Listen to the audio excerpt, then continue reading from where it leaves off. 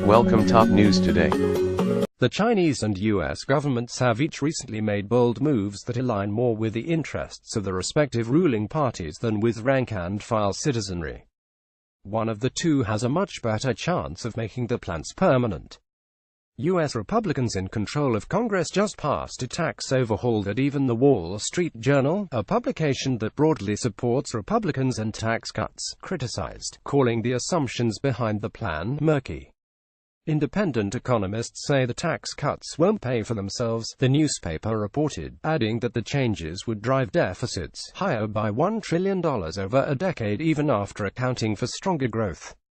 A Wall Street Journal NBC News survey released on October 31 showed 25% of Americans rated the tax plan a good idea, compared with 35% who called it a bad one.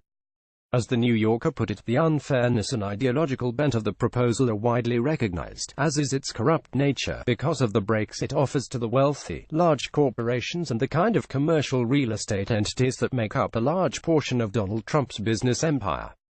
Watch a fact-check for the Republican tax plan. Trump won the White House on a pledge to re-enfranchise Americans who had missed out on the economic expansion of recent decades and were hit hardest during the 2012 recession.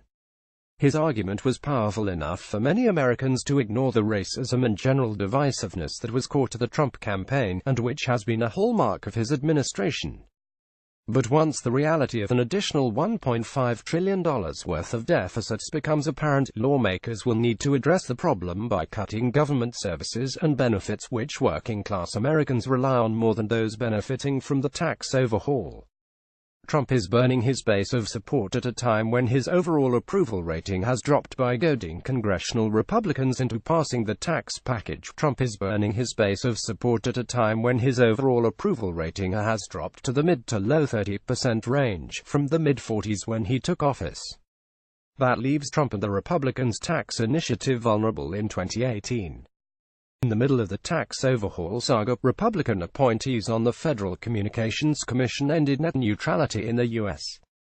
The change essentially clears the way for the largest U.S. telecommunications providers, which also own TV studios and websites, to throttle access to online content they deem competitive, and make consumers pay more for services like Netflix.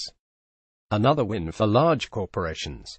Meanwhile, the Chinese government is making headway in its efforts to automate surveillance of its citizens, both as a form of public security and to support a social credit caste system. A full accounting of these capabilities is beyond the scope of this column.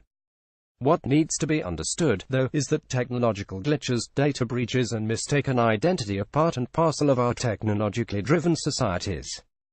Spike in Chinese censorship over Beijing migrant worker evictions, kindergarten scandal. It can be a headache when online remittances go wrong or when someone unjustifiably gives someone else a bad review on Uber or Airbnb, but they're not life-changing.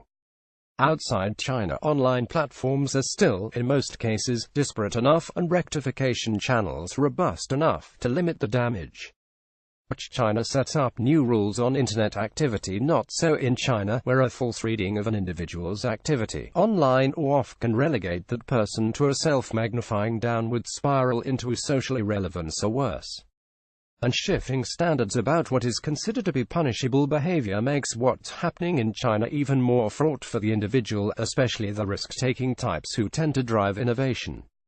While the tax overhaul and changes to internet policy in the US and expanding surveillance in China are different issues, they are all tied directly to ruling party objectives and require political support, if not acceptance or acquiescence, to remain in place. Goodbye Skype. China's internet censorship juggernaut rolls. Mainland Chinese broadly accept the monitoring of online activity and private data commerce, and, even if it changed, the odds that popular opinion would reverse the government's course are low.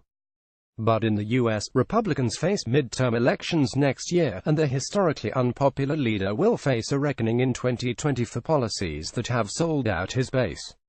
Robert Delaney is a U.S. correspondent for The Post based in New York.